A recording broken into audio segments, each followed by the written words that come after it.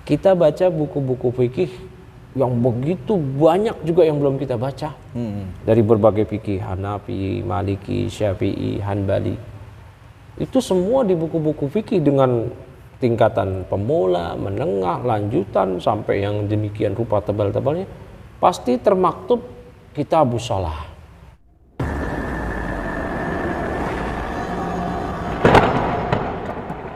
Bismillahirrahmanirrahim. Assalamualaikum warahmatullahi wabarakatuh. Waalaikumsalam warahmatullahi.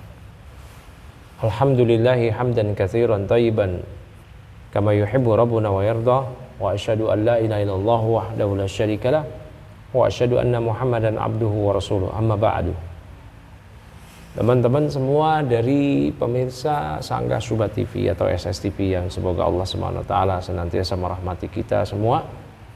Alhamdulillah pada hari ini kita kembali diperjumpakan dalam segmen video pendek masih bersama teman kita Bang Ainur Rifki.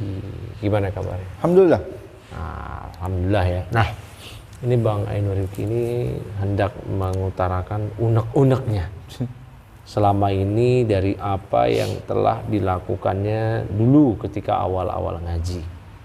Mungkin ini juga yang menjadi apa yang dirasakan oleh sebagian kawan-kawan yang dulu pernah hijrah ke baru sunnah, hijrah ke kajian sunnah ya. Iya, baru hijrah ya. Dari sebelumnya kajian bid'ah gitu ya.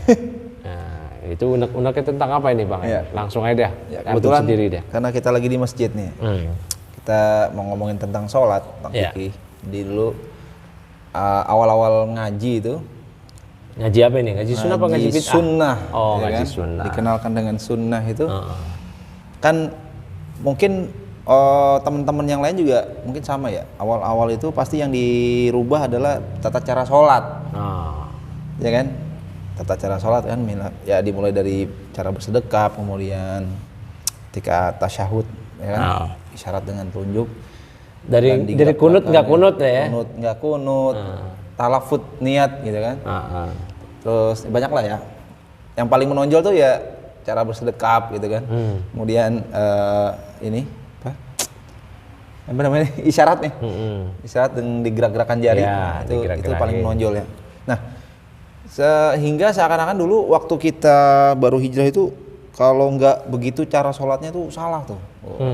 Sehingga menginduk kepada satu kitab namanya Sifat Sholat Nabi. Ya. Memang, karena kita memang diperintahkan suruh sholat ngikutin Nabi kan. Nah, pemahaman aneh itu ya kalau nggak begitu sholatnya ya nggak bener gitu. Terus pemahaman juga, antum sendiri atau pemahaman yang lain juga kayak begitu? Mungkin ada begitu ya. Kalau nggak begitu bukan salafi tuh sholatnya kayak gitu. Itu gimana? Ada statement kayak begitu dari orang saya pribadi begitu. Kalau melihat misalkan dulu saya sholatnya beda, bukan salafi nih. Iya. Mungkin ada kali yang lain ya. Kalau saya sendiri pribadi sih merasakan begitu tuh. Kalau Opik gimana Pik? Sama juga ya. Ya Allah musta'an. Ini akibat dari tidak mau belajar lebih banyak ya. Maka dianggap bahwa yang berbeda dengan tata cara sholat dari yang disampaikan oleh Syekh Al-Albani di Sifat Sholat Nabi atau di buku yang lebih besarnya Aslu Sifat Sholat Nabi, maka itu berarti bukan sholat Nabi itu. Padahal perlu kita ketahui sifat sholat Nabi yang dikumpulkan oleh Syekh Al-Albani itu sifat sholat Nabi versi beliau atau yang beliau kuatkan. Para ulama juga punya, Syekh bin Baz sifat sholat Nabi, Syekh Jibrin sifat sholat Nabi, Syekh Utsaimin sifat sholat Nabi. Dan berbeda-beda ternyata. Apa yang dikemukakan oleh Syekh bin Baz beda sama yang dikemukakan Syekh Albani.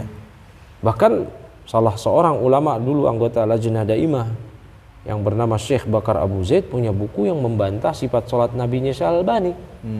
La jadida fi sholah. Nggak ada yang baru dalam sholat.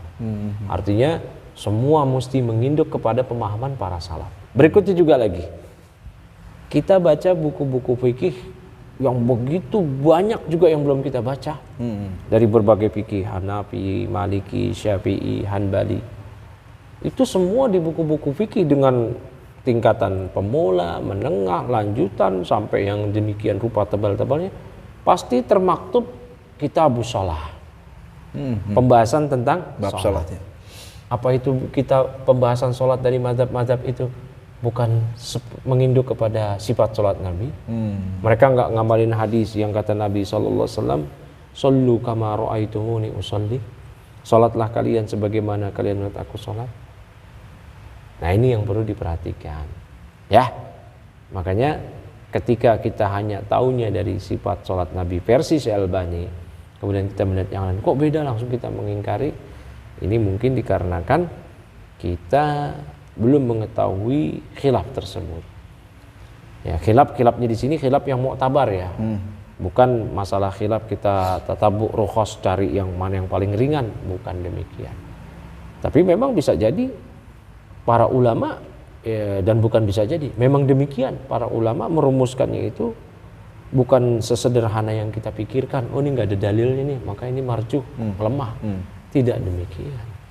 Dan para ulama ketika di buku-buku fikih menyampaikan runutan tata cara sholat, baik rukun, syarat, sunnah, makruhat, mubtilat, pembatal-pembatal sholat, makruh dalam sholat, sunnah dalam sholat, syarat sholat, rukun sholat, itu semua berdasarkan dalil. Berdasarkan dalil dengan pemahaman mereka dan para imam-imam sebelum mereka.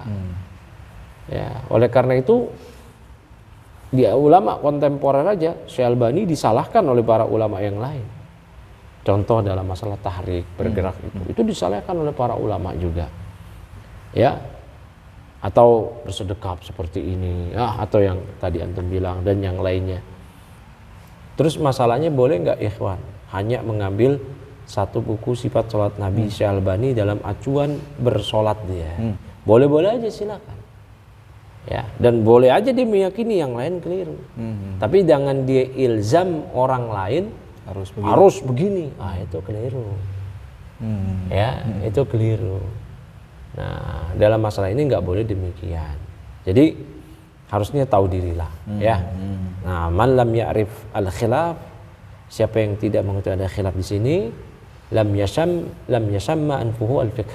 Berarti hidungnya memang belum mencium aroma fikih. Ya, jadi harus dia tahu.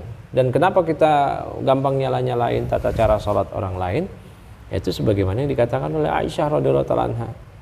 Ma'asra'un nas ayyaibu ma ilma lahum bih. Betapa cepatnya orang-orang mencela sesuatu yang dia nggak tahu ilmunya. Ya, emangnya di buku fikih Syafi'i ada kitabus shalah, di madzhab Hanbali kitabus shalah, itu bukan sifat sholat Nabi. Ini versi madzhab Syafi'i, versi madzhab Hanbali, versi Syekh Albani, versi Syekh Utsaimin, versi Syekh bin Baz, Syekh Jibril, beda-beda. Begitu Bang Ain. Siap. Jadi harus luwes dalam masalah ini, luwes terbuka. Intinya luwes intinya. Dan jangan gampang mengingkari dengan perbuatan. Kalau mengingkari dalam keyakinan, saya mengingkari itu, saya yakin ini aja. Ya silakan, begitu. Siap. Baik, gitu aja ya. Mungkin unek-unek dari Bang Ainur yang sampaikan.